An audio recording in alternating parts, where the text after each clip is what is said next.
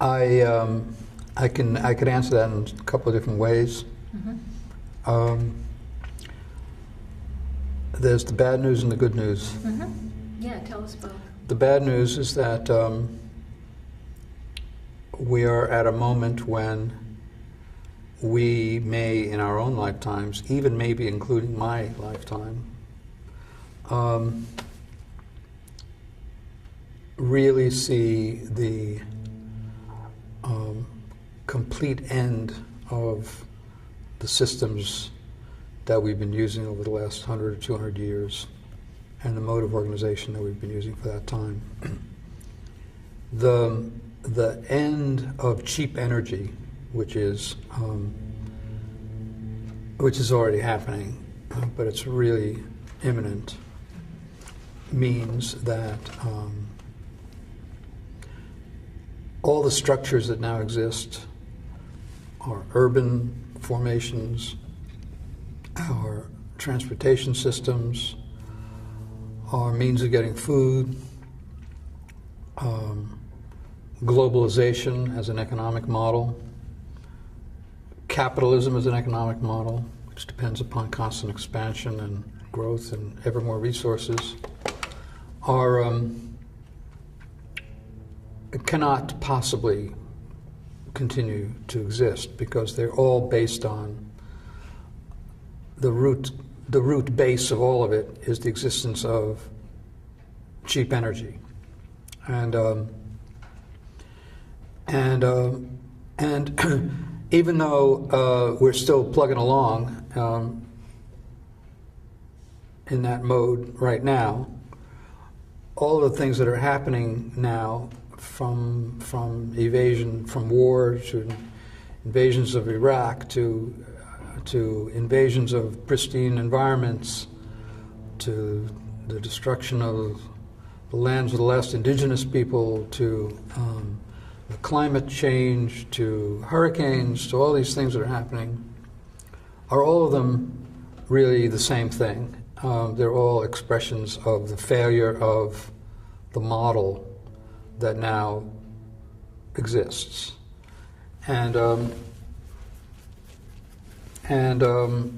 So,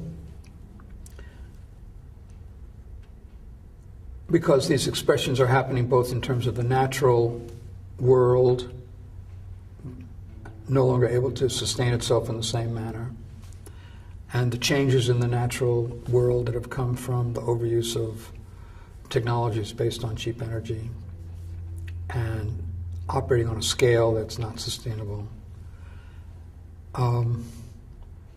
And the political actors and the corporate actors reacting to that situation by ever more desperately seeking resources in more difficult to get places, and if it's necessary to invade to get them, that's one thing. If it's necessary to create new rules so they have access to scarce resources on indigenous land, that's another thing.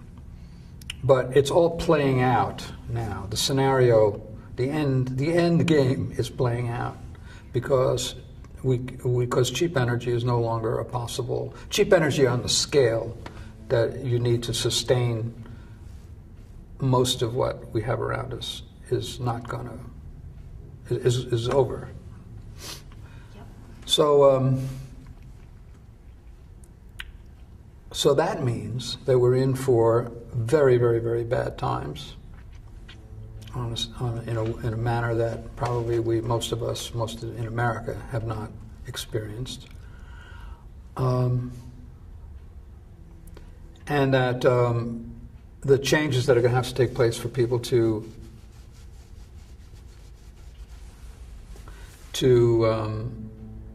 for society to continue in the future are very, very, very drastic.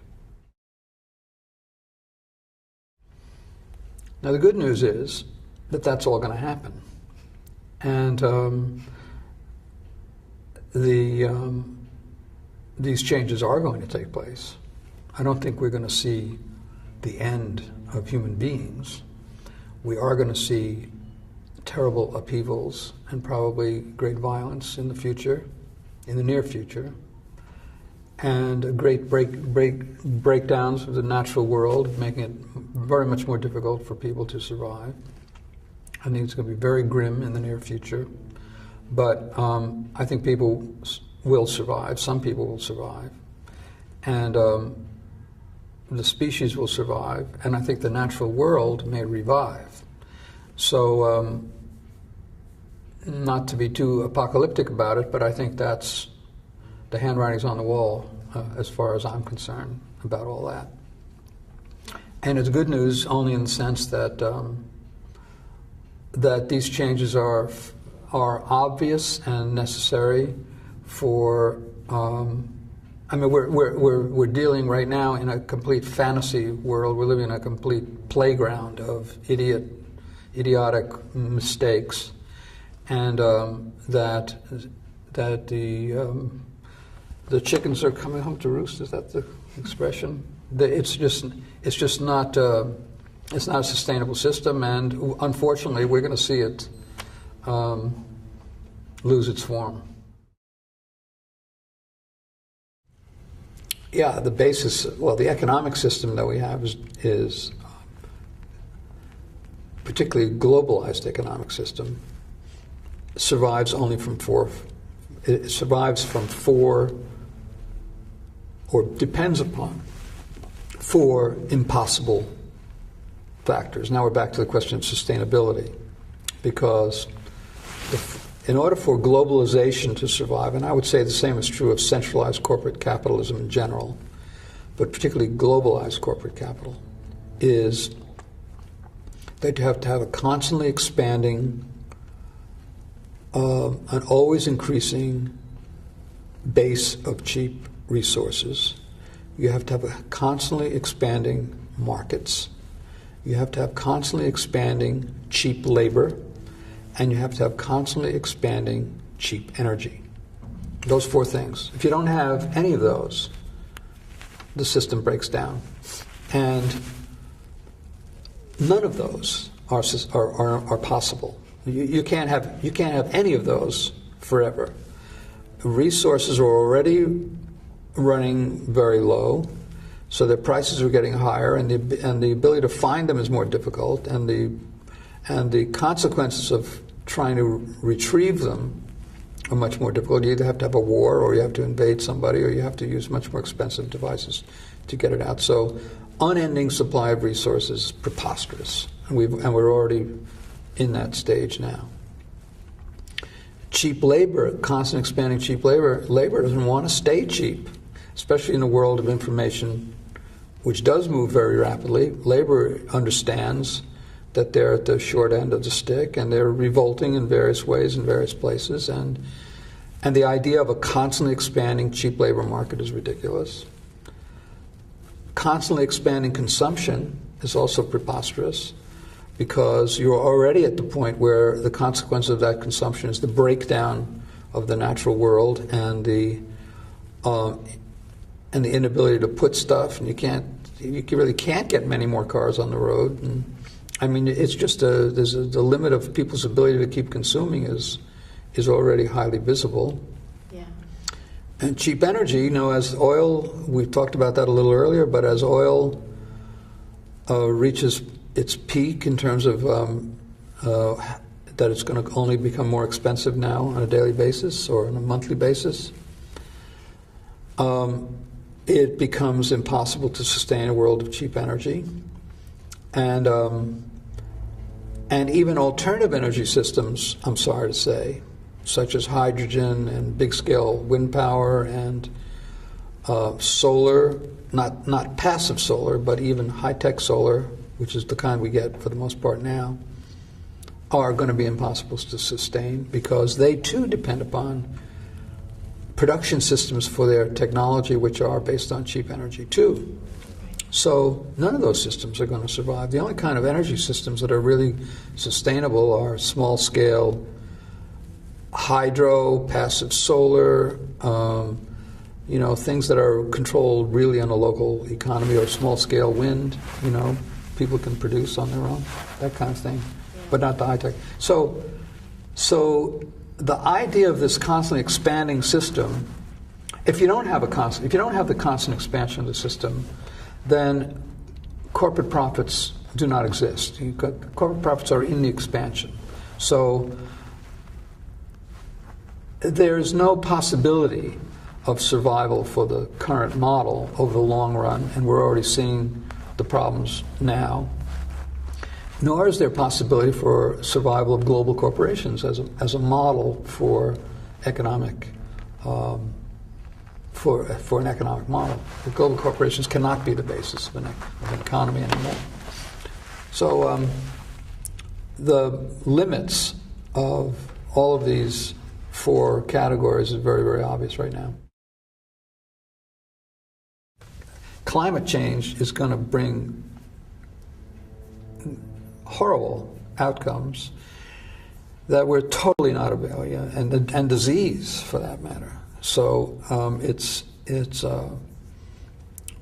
I don't know how it'll be manageable. If they can't manage the fallout from the New Orleans catastrophe, what's going to happen when they try to manage a society-wide catastrophic situation, which is imminent? Now, as I say, I think people in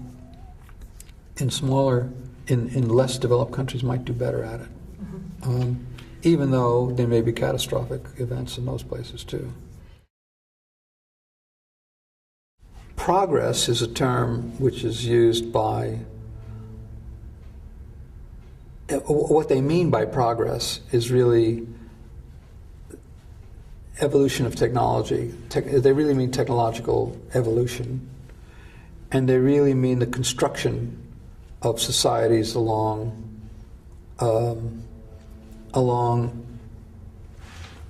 commodity-oriented lines. That's what they really mean by progress. They also throw in medicine, progress of medicine and sanitation and so on.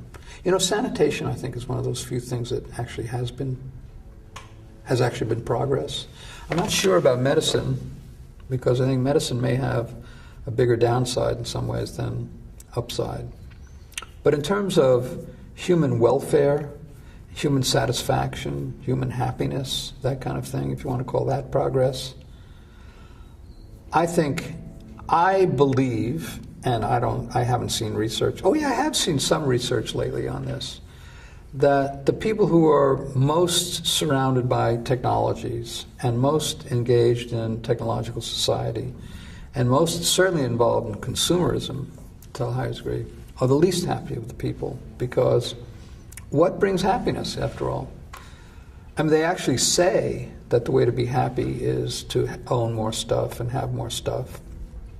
That's actually in advertisements, that this will make you happy, and that it shows people being happy, you know, or what they look like happy according to their idea of what happiness looks like. If they have more things, if they have better cosmetics or more money or a bigger house or a better car, better machines, the latest better machine, that this is what makes them happy. But it doesn't really what makes you happy? What makes you happy is sufficiency. You have to have enough to not be deprived. And after that, it's interpersonal, and it's about emotions and feeling and reactions to nature and spiritual matters. And I don't think machines ever really make anybody happy. I don't think that has anything to do with it. It's completely irrelevant. It's probably more negative, because it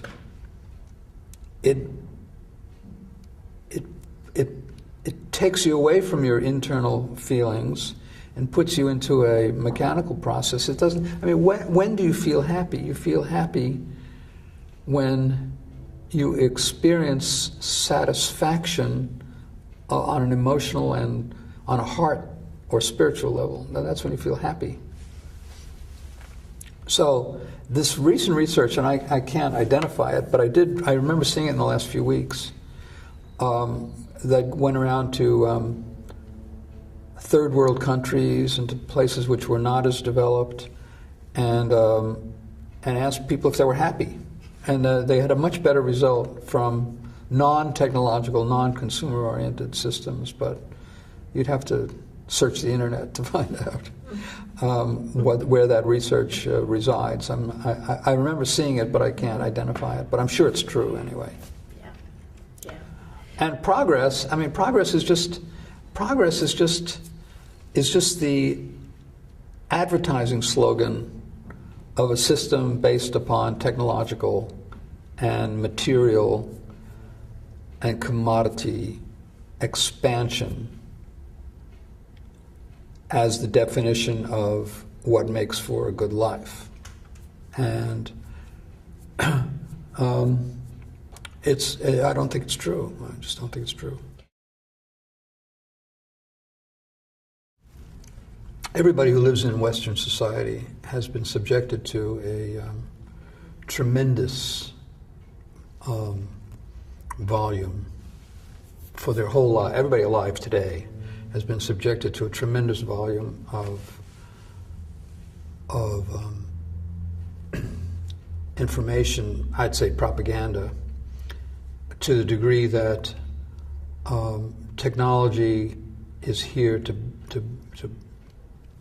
technology is invariably going to make things better, and that the way we live now is a sustainable way of living, and that everything, all the machines we use are beneficial. And the fact that most of the information that comes our way, almost all of it comes from people who benefit by our taking a positive view of it and who gain from our real engagement with it, is not really visible on the receiving end very, very much. So you have to really develop a critique before you know that what you're hearing in the mainstream media and in the educational system and in universities and from almost everybody has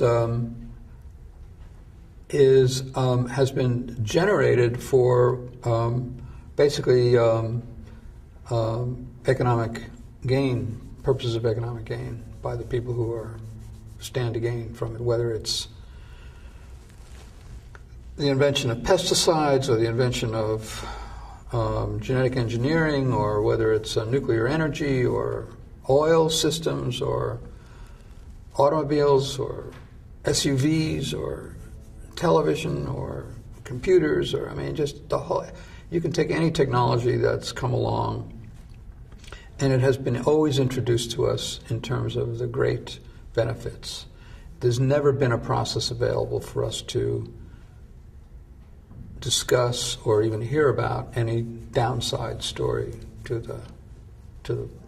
the problem of our acceptance of these. So we live in a world of one-sided information about the technologies that we use and the technological systems that we live in.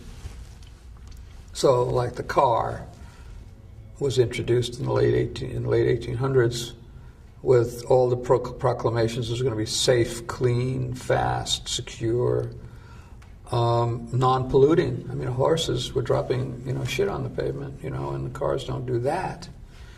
And and it was going to be private and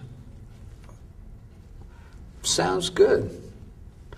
And how do you project yourself into the future and see that in order for the car to function, you need to cover all the land with roads, and you need to eliminate a whole lot of the landscape, and you're going to have terrible deaths on the highways, and you're going to have wars over oil to run the cars, and you're going to have a waste disposal problem that's beyond the imagination, and incredible amounts of pollution and so on. One doesn't imagine that. When one is presented with information about new technology, it's hard to imagine downsides to it. We're not trained to do that. Nothing in our society helps us do that. And the people who are putting out the information have no interest in our knowing that. And yet they know it.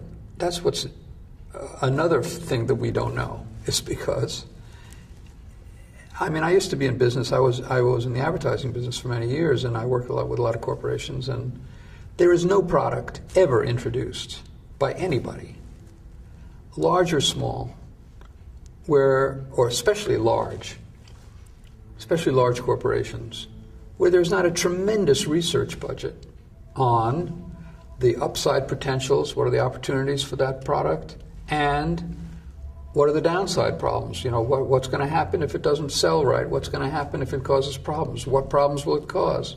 Blah, blah, blah. Are they going to run into lawsuits? Are they going to this and that? Who's got the rights? They investigate every nuance of every single thing that's produced. That's just being in business. That's just good business. You have to do that. So if you go back to the early literature on many technologies, including the car, including the undersea cable systems, including pesticides, including food additives, including, you know, every single piece of technology that we now take for granted has been completely thoroughly investigated by the corporations who produce it. But what we hear is only the upside of the story. Later on, when we find out that some chemical causes cancer, and they do an investigation into the corporate papers, if anybody does that, which is not often done, but sometimes, they find the documents that say, well, we know that maybe it caused cancer, or tobacco causes cancer, or so many different things may cause cancer, or will cause different kinds of problems in society. All that stuff is in the original research. But the corporations are under no obligation to expose that unless they're lying to some federal agency, which sometimes they do, but sometimes they're never asked. And the downside story is usually around. So this information is available, or it exists, but it's not available to the general public. So basically, we live in a one-sided vision of what these things are all going to bring. And when they bring negative consequences, we're surprised, and we don't. And it's very, very hard to unscramble the egg once that kind of thing has occurred. Yeah, we assume that technology is neutral, and that's the popular statement about technology, that it's not that there's nothing inherent in any technology that causes it to be used well or badly. That it's up to the people who use it. That's really what matters, and yet that's completely wrong. You can do an analysis of every technology and find its beneficial aspects and its negative aspects. The easiest way to understand that, of course, the examples I always use for that is nuclear is in energy systems. If you compare something like nuclear energy with solar energy, both of them will run your refrigerator and light up your house. But one brings with it an entire list of negative problems that the other one doesn't bring with it. The other one brings with it some problems, but not necessarily on the same scale as the former one. So if you assume that technology is neutral, you and I and a cameraman here couldn't possibly get together and build a nuclear power plant that would function as safely as we would like it to, because there are inherent characteristics of nuclear energy that are going to cause problems in the future. You're going to need a large-scale industrial, scientific police system to protect the outflow of nuclear energy. You need tremendous amounts of money to invest in nuclear energy. You need a level of skill that the three of us don't have. It's a technology that's appropriate for large-scale, centralized corporate systems. Solar energy can be used that way too. You can have large-scale solar systems, but it's not the ideal use of it. Ideally, it's for small-scale energy use, and a few people can get together and put it together, and it can be controlled on a local basis, and it doesn't have a downside potential for thousands of years. So it's fair to say that solar energy is related more to one kind of society, and nuclear energy is related more to another kind of society. And the idea that they're neutral, either one, is ridiculous. They're not neutral. These are built-in things. And even a technology like television, which everyone praised as going to be this terrific thing, which everybody in the world would be educated. I remember very well how television was introduced. It's really a system that's designed for centralized use. It's much more efficient on a large scale than on a small scale. It can be used on a small scale. You are trying to use it on a small scale, and you can succeed up to a point in doing that. And but the technology has built-in biases, and it has built-in biases in terms of what kind of information it can receive and transmit. So all technologies can be evaluated for their upside potential and their downside potential. And the idea that it's just about the way we use it is absurd, because these are built-in factors. I talk about that in terms of like our information environment a lot. That the average person who's watching, let's say, 4.5 hours of television per day, which is the average figure, which is hard to even imagine people watching that much. That means half the population is watching more than 4.5 hours per day. But the average person is living in an information environment which is really strange environment, and it's a gigantic changeover from the way the world used to be. And I can remember when I was a child, for example, I lived in a suburb. Well, it was actually kind of rural to begin with. Then it turned into a suburb later on, but it was pre-television, and I can remember coming home and having nothing to do. And so I'd play with the dog, or I'd go out in the backyard, and eventually I would sink into a kind of a boredom, you might say, or a sort of like nothing to do. And so that bottom space of nothing to do was in some ways the root of creativity, because it's from there that you say, I'm going to do something now. I think for the most part now, people, and children in particular, will just flip on the TV at that point, or music. And once you flip on the TV, then what you're experiencing is light going into your eyes and into your brain in the form of images. The images are moving very, very rapidly, and they're changing very rapidly. You may see 20 or 30 edits in an average minute of television viewing, so the information is constantly changing. There's been a lot of research on how awake you are during that experience, and mostly, for the most part, you're in a relatively unconscious mode. The measurements usually call that alpha, which is a kind of a non-participatory, accepting mode. That's the only way you can really watch television, because if you're in an active mental mode, you really can't let these you'd interfere with the process of receiving the information too much, and you wouldn't get the information.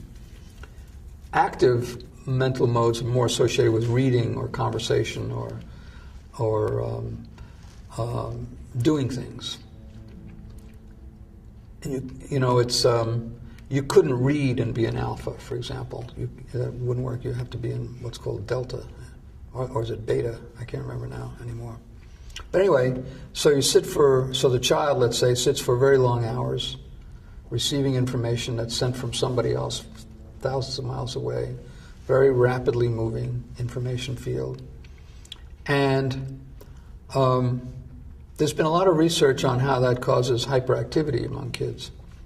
People are wondering why there's so much hyperactivity now. And the researchers find that process of receiving rapidly moving information, especially when the information may be violent information or, in other ways, intended to be stimulating information, causes what's called a fight or flight reaction, where you want to react to what you're seeing, but it's television, so there's no point in reacting. So you pull back from the reaction, and then you want to react, and then you pull back, and you go back and forth on this wheel of action-reaction. And And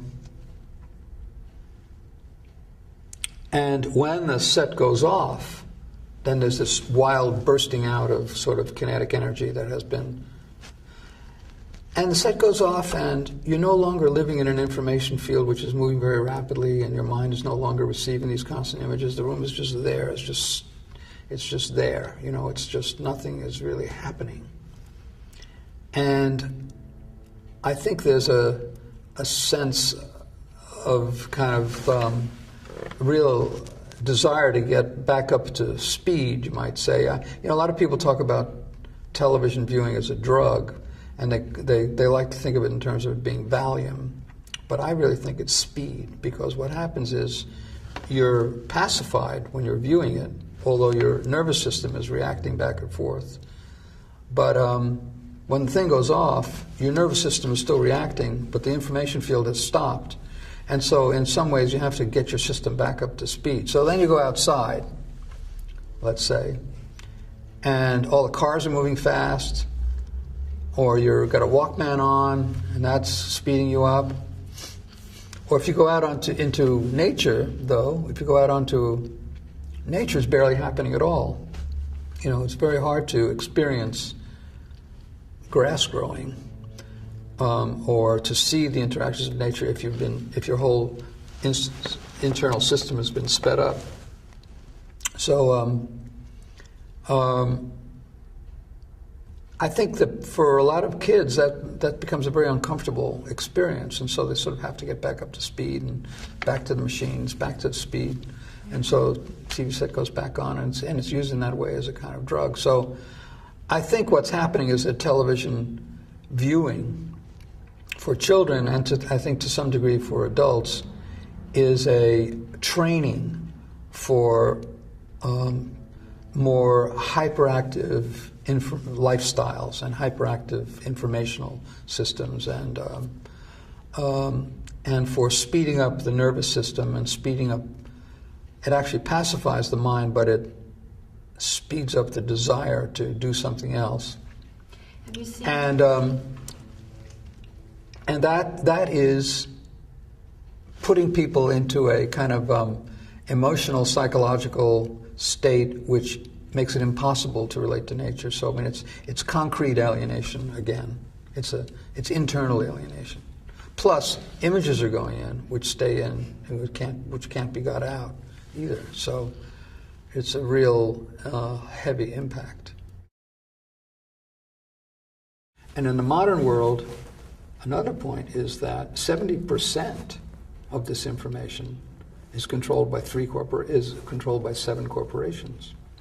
70% of global media, and that's not only television. That's also radio and magazines and books and movies and billboards and theaters. 70% of global media is controlled by 7 corporations. And 3 corporations control 50% of the 70%. They are AOL Time Warner, Disney, and Fox. And the other 4, among the top 7, are Sony, Viacom, General Electric, and Bertelsmann, I think, now. These people are controlling 70% of all the information that's moving through the world. We have never lived in such an information field before, where we're separated from the natural world, so we don't get information that comes from nature very much. We're separated from alternative information delivered in this medium, because the ownership of the medium rarely allows that to appear. And we are sitting and receiving a form of information which is very, very powerful. It comes in the form of images, and once the images go in, they don't go out. They stay. What is that? That's extremely weird phenomenon. It's almost science fiction in its implications. It's Big Brother, and yet we think it's perfectly normal. You know, we think it's. And then we're also living in a physical universe of cities and cars and technology that we use all the time, and which accelerates the power of this, so that single voices can really have dictatorial power. People are just living their lives in a feedback loop with technological instruments like television, video. Television, the feedback loop is a little less obvious because you seem to be just pacifying, but nonetheless the information goes in. And maybe we ought to say something about that, about the information moving in, because it's very important. People tend to think that they have a choice about what information they take from television and what they don't.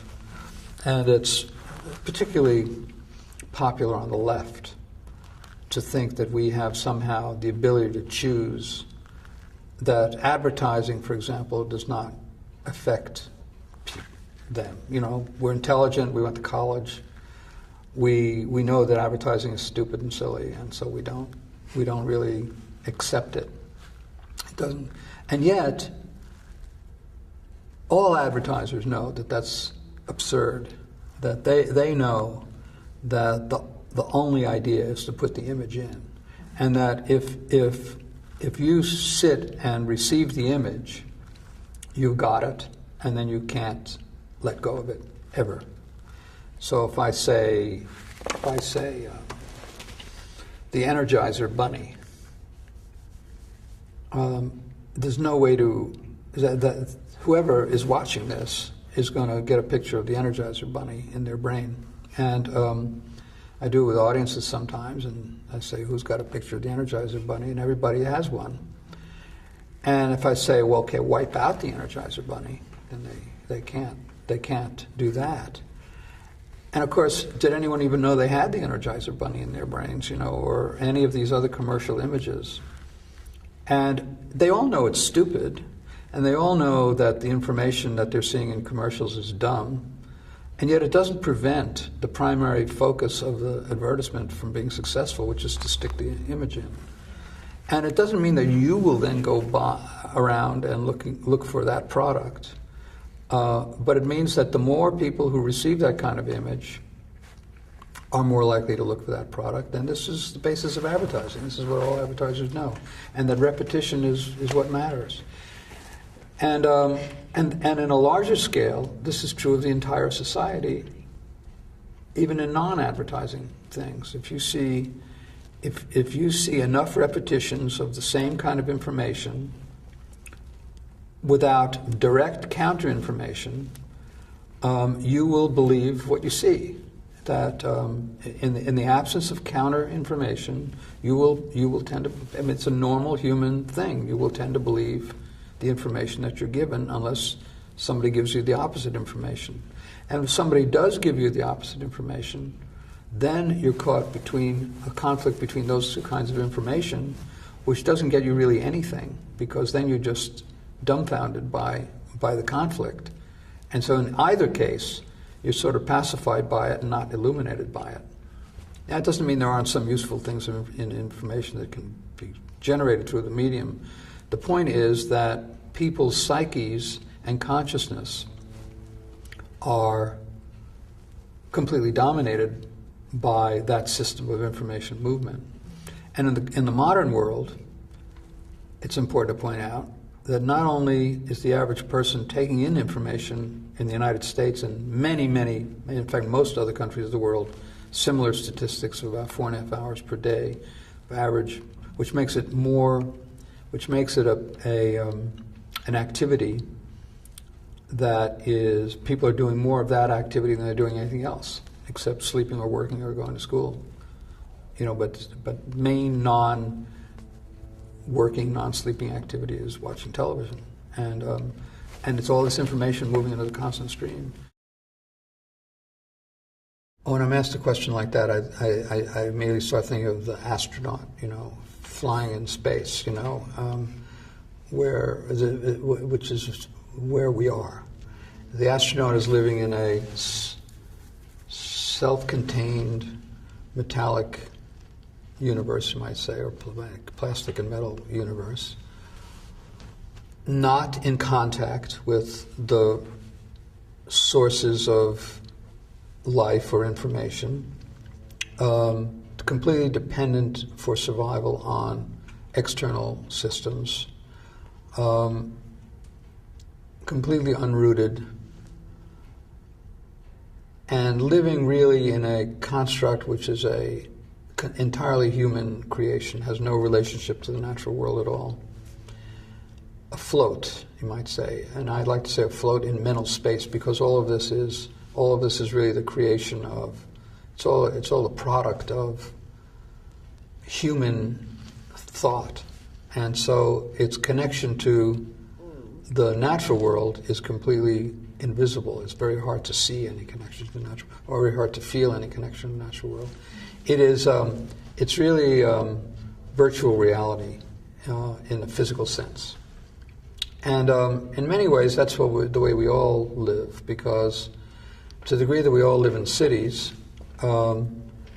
cities are a place where the natural world is nowhere visible. Everything you're living inside is the creation of human beings. It's somebody's idea of how we ought to live. These are physical constructs that are that we live inside, that human beings have created. Nature is sort of nowhere visible, it's far away somewhere. The fact that these things were mostly made from nature in the first place is sort of not something that you notice or think about. So, in effect, we are living in manufactured reality. We're living in an artificial construct, and are just as separated from the sources of all that as the astronaut is. So it's no wonder that feeling for nature is diminishing to the degree that people are less able or less desiring and less able to influence policy about nature, or to do anything to protect nature, or to have any feeling for nature. It's hard to have feeling for it if you never have any contact with it. Right. Now, it's true that when people do get out into nature, they can get happy from that experience or become very revived from that. But they still carry the kind of shell, you might say. I mean, I think that if you're not in the habit of interacting with the natural world, or interacting with original sources of experience, you don't really feel it. Your senses are not awake to it as much. And if you once again immerse yourself in it, you can revive all that. But for the most part, it's not easy for most people to do, because they have so little contact with it. So I mean, I do think that we live, that this is a concrete alienation. That is to say, we live separate from the natural world. It's preposterous to think that we can sustain this current model. It can't be sustained for all the reasons I've already indicated. You know, it's flying on the basis of very incorrect assumptions about sustainability, and it's going to break down, and it's now breaking down. It's going forward. You know, it's going forward out of we went into a complete absurd fantasy of a lifestyle and organizational system, and now we're going to go forward out of it.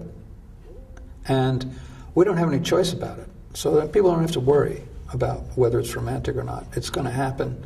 And it's going to happen just because it organically has got to happen, because that's the only way we're going to keep people around at all, is if the choices are like that. You know, I'm really not a utopian thinker myself. I think what we're going to see at some point in the not very distant future, 20 to 50 years,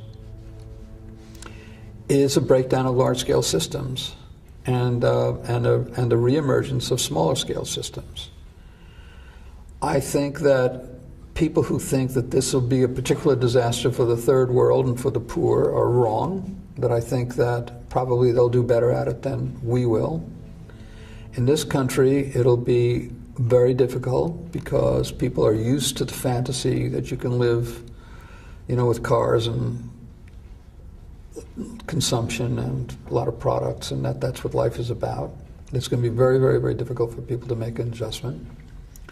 But that people who can find a way toward, I don't want to say rural lives, because I think it really will depend upon smaller communities, towns, you might say, smaller towns, with a fair amount of rural agricultural land around them, and an emphasis on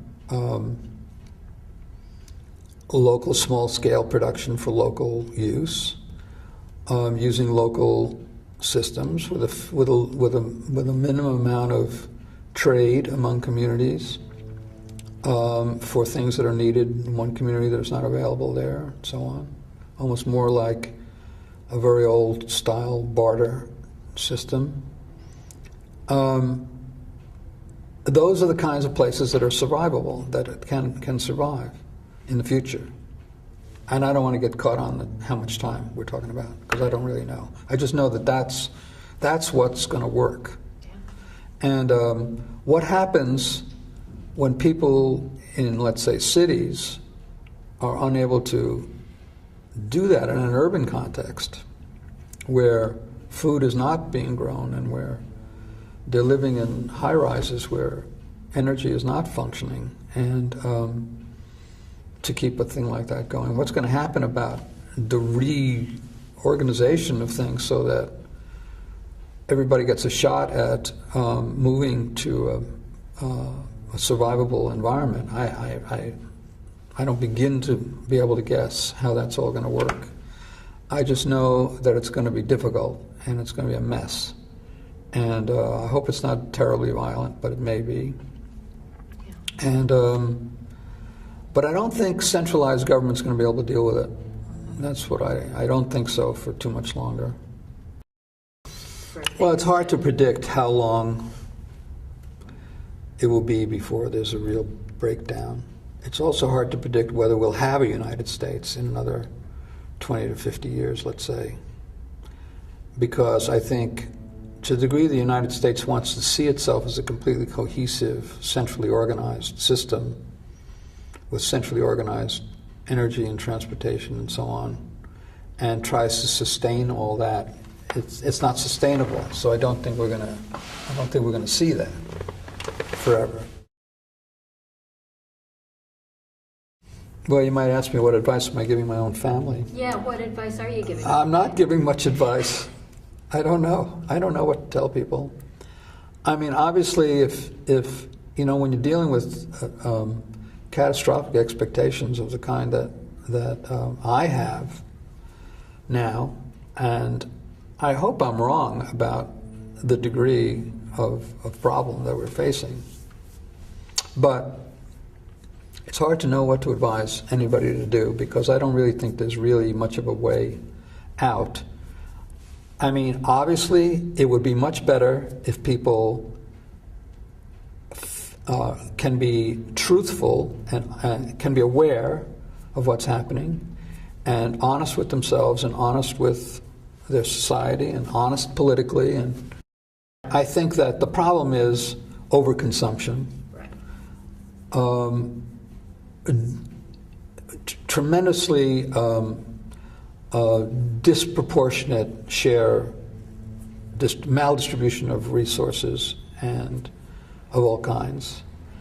I'm not saying that the ideal world population ought to be as high as it is, but I'm just saying that I think if we just put a lid on things now, give up this fantasy of what life is supposed to be about, and set out to design solutions which take care of basic needs, keep people fed, and had political systems that reacted like that, we'd have a better outcome than we will otherwise. Without a doubt. Whatever whatever the difficulties are, it'll turn out better if we can make those moves. Let me say this. That there's no real reason why the entire country of the United States couldn't face reality. The real reason is only political. It's only a political problem, which is a big problem. But in a practical sense, if everybody wanted to, this country is extremely wealthy, has extremely enormous numbers of resources, surplus resources. If we decided to share it all up so that everybody had access to what they needed to survive and tried to reorganize things so that it could be done that way, and created rural environments where food were grown in the proper manner, and created distribution systems so that people could share it, and reorganized even urban environments so that people could live and survive. I mean, there's no shortage of ideas on how to do that. There's no shortage. There's a million books out now on how to do that from every manner of writer. And I hope you're talking to some of these people from these alternative systems, because it's very, very important. I don't think there's a shortage of ideas. The problem is political, in the sense that we are nowhere near, we're way far away from the political change that would have to take place, and the change in the economic system that would have to take place. You have to drop the idea of capitalism. You have to drop the idea of corporations running things. You have to drop the idea of economic growth. You have to say, okay, we've got X amount of resources, we have X amount of abilities, we have X number of people. How do we start all over now and say, how do we get food to the people who need it? How do we get clothes? Forget about these fantasies of commodities and all that. If we just organize it that way, and this is utopian, actually, but if we just organize it like that, it could be done. It could be done. So it's not impossible. The depression that you see coming from me a lot of the time and from others is because it's very hard to persuade the political system right now to move in that direction. And the prevailing consciousness in the general public has also been hijacked so that it's by the powers that be, so that these kind of messages don't vibrate, don't spread. And that's the problem. The problem is, how do you offset consciousness domination, political domination, and control of global corporations? But change those and we're fine, you know? So it's it's not easy, and it's not likely, but it's not impossible. And so there's nothing about the present crisis that could not be theoretically reversed. Now, you're going to get climate problems. They're going to get worse for quite a while, no matter what we do. But all of that all those changes are doable if we had a prevailing consciousness which understood that that was necessary, and that the fantasy was over. You know, the fantasy is gone. Forget that. Forget all that. And just now, what do we do to be a community, and what do we do to share what we have, and what do we do to live? I think there's enough resources around. There's definitely enough food in the world for everybody to survive, I think, right now. And it's just a question of whether or not it's possible to overcome the consciousness domination, the governmental domination, and the corporate domination, and move into a new era of understanding. You know, it's still theoretically possible to bring some major political adjustments so that we get other kinds of governments which are willing to face the truth. And I heard Al Gore make a speech about 2 weeks ago. We are now to identify this in late 2005. He made a speech that was fantastic, that absolutely had everything perfectly. He understood everything about the energy and climate change. And I thought, well, if that guy had run for president, maybe he would have won, but the other guy ran instead of him. And it was awful to hear Al Gore saying smart things and realizing what a jerk he was when he ran for president. But, there's plenty of knowledge about what the problem is. There's plenty, theoretically, you could get a political changeover of some kind where you would get smart people who are willing to face the truth and willing to in which case you could start planning about all this now, and you could start organizing society along more sustainable lines, and that would certainly mitigate.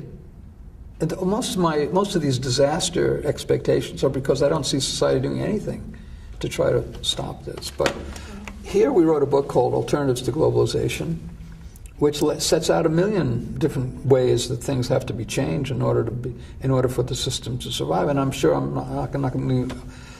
you're going to have better voices than mine to describe some of these in this film, because there are plenty of people talking about it. About the kinds of agriculture we need to have, the kinds of energy systems that are possible, and the kinds of political organizing that's possible, and the kinds of lifestyle changes that are needed, and the modes of community development that are required. And there's lots of things that we could do right now. Curiously, maybe this is also good news, because I'm involved in these globalization issues, and so we work a lot with people in other parts of the world.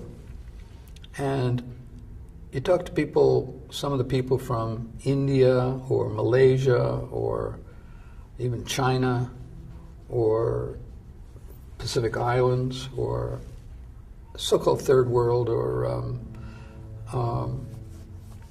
places which up to now we look at as underdeveloped.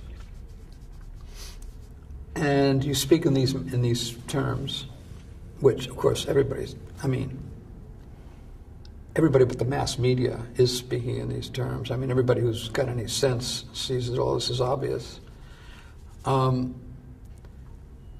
They say, well, listen, you're describing this as a cataclysmic problem, but it's a bigger problem, much bigger problem for you than it is for us, because we've been relegated and consigned to a marginality as part of your larger technological and economic system anyhow. And we haven't lost the ability to grow our own food and to share it and to live in community and to make our own clothes and to make do with much less and to still have a good life, relatively speaking, in many cases. And it's you who are not going to be able to handle this, because you don't know how to do it. You don't know how to do it. You don't have the systems in place. You're completely based on fantasy systems that don't really work. And so we're not based on those. We whether it's indigenous or the rural agricultural people, or even urban slum people. They have learned. Those people in the world have been forced. Well, they've always known how to get along with very little, but they haven't ever had the opportunity to try to change that because they've been so excluded. But now they're going to have the skills that we're going to need and don't have. So, in some ways, I think it's going to be a great leveling, and that's, I guess, a good thing too. I think it's a good thing. In my opinion, what's most important about indigenous people is that they live in direct relationship to non-human societies and systems and knowledge. They view themselves, and I'm speaking in broad generalities, because there's tremendous differences among indigenous communities, indigenous peoples, and they'll be the first to tell you that. But you can also speak in generalities about it. Just on the average, I think that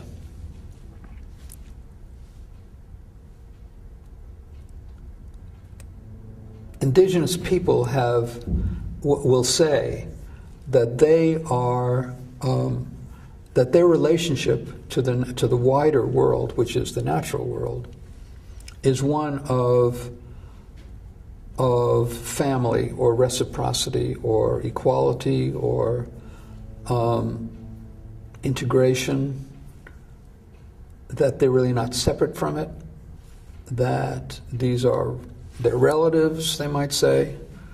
The natural world, all the creatures of the natural world are brothers and sisters, and each one has a different way of putting it, but basically the idea is that human beings are are one among a larger number of creatures living in the world with no greater rights and no greater authority, and functioning with complete respect for that fact.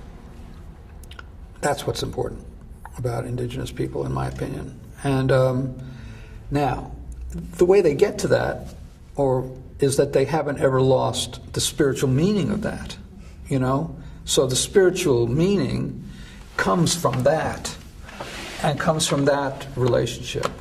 So to just look at the spiritual part as separate from that other, or to reverse the order of that, I think is mistaken. I think that they begin with an accurate and highly evolved, very intelligent, and extremely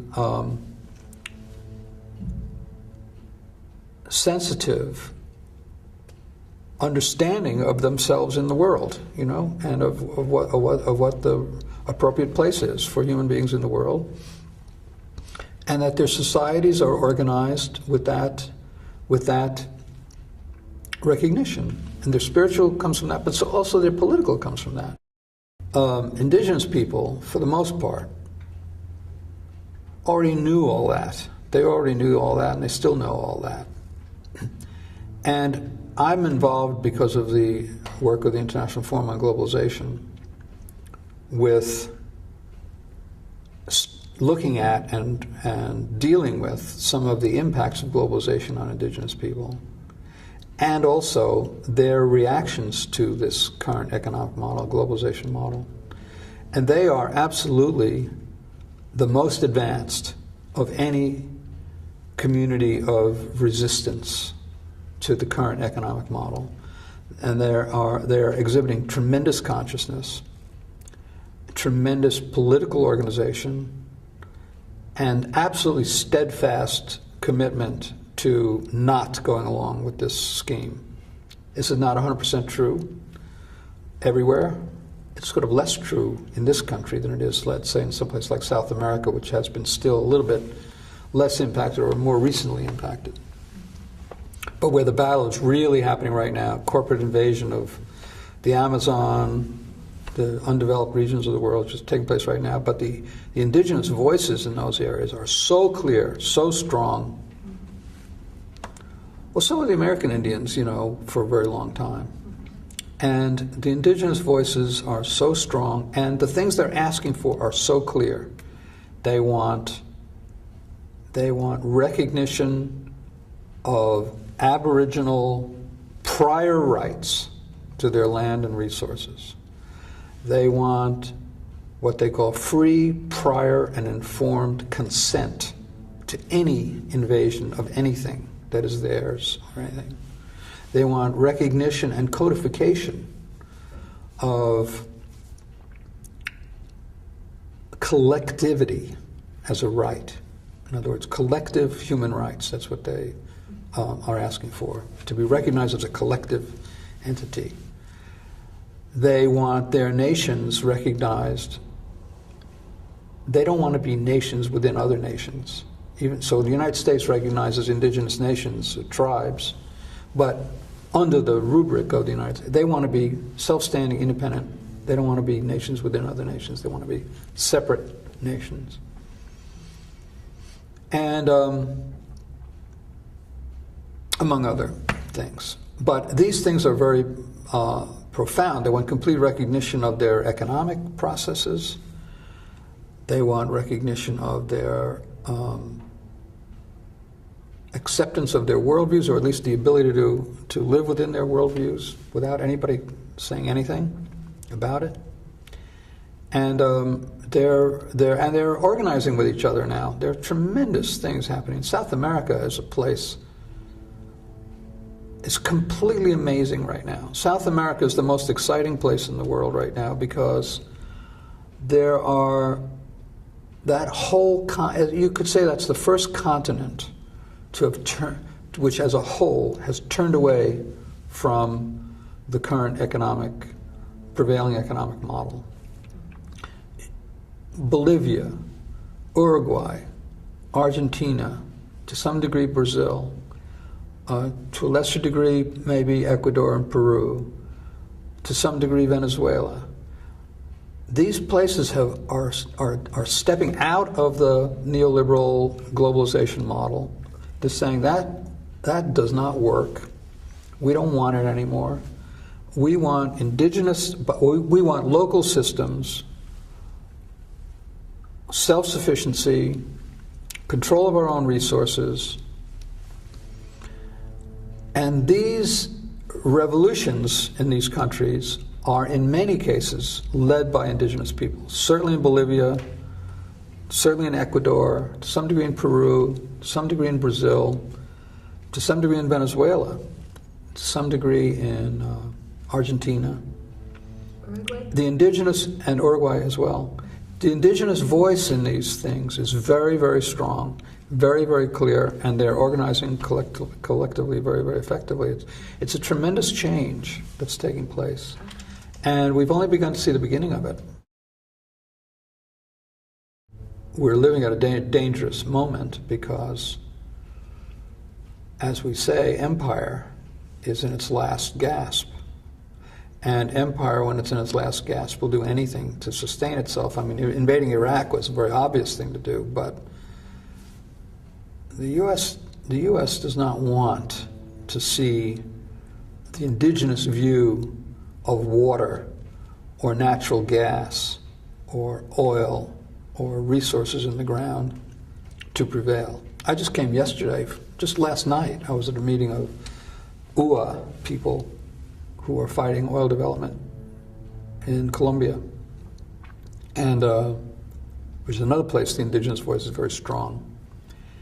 And they talk about oil in the ground should not be taken out of the ground, period. You know, that it's in the ground and that's where it belongs. And you hear that a lot, that kind of thing. That's completely alien to the Western development and to corporate development models. Just can't be understood even. So, as a result, the corporations in U.S., and prevailing Western powers don't think anything negative at all about going in and overpowering that if they can get away with it.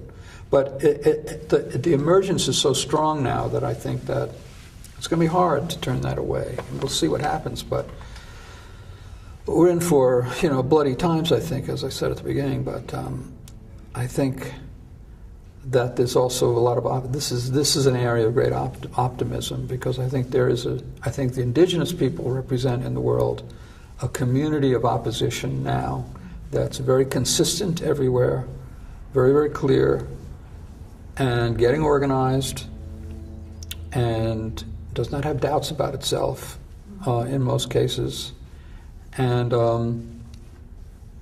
is not tempted by many of the fruits of this system. I mean, I think they would a certain amount of things that they could probably benefit from, but for the most part, they understand the situation today. The situation is grim. We need to face that. It's grim for all the reasons we've been talking about. We need to face that. We can't fantasize about it anymore. The situation is... climate change is going to make a few things real that people are going to see. Even these storms are going to make things real that people are going to see. And we need to face those facts and face the political challenge that brings in terms of not permitting the powers that be, corporate power, to maintain, to continue to be dominant, with all the ideals that go with that. Not continue to have governments that lead us in a fantasy world, and instituting systems which are there. I mean, they're not that mysterious, and some people have lived within them continuously for thousands of years, such as indigenous people. And we are overpopulated, possibly, certainly, but I think that we could make a fair amount of headway if we would do things a little bit more. If in the face of the catastrophic situation that we would otherwise face, we make some choices and design things in a more intelligent manner. Yeah. But the chances of that are small, but the opportunity is everybody's job to relate to that.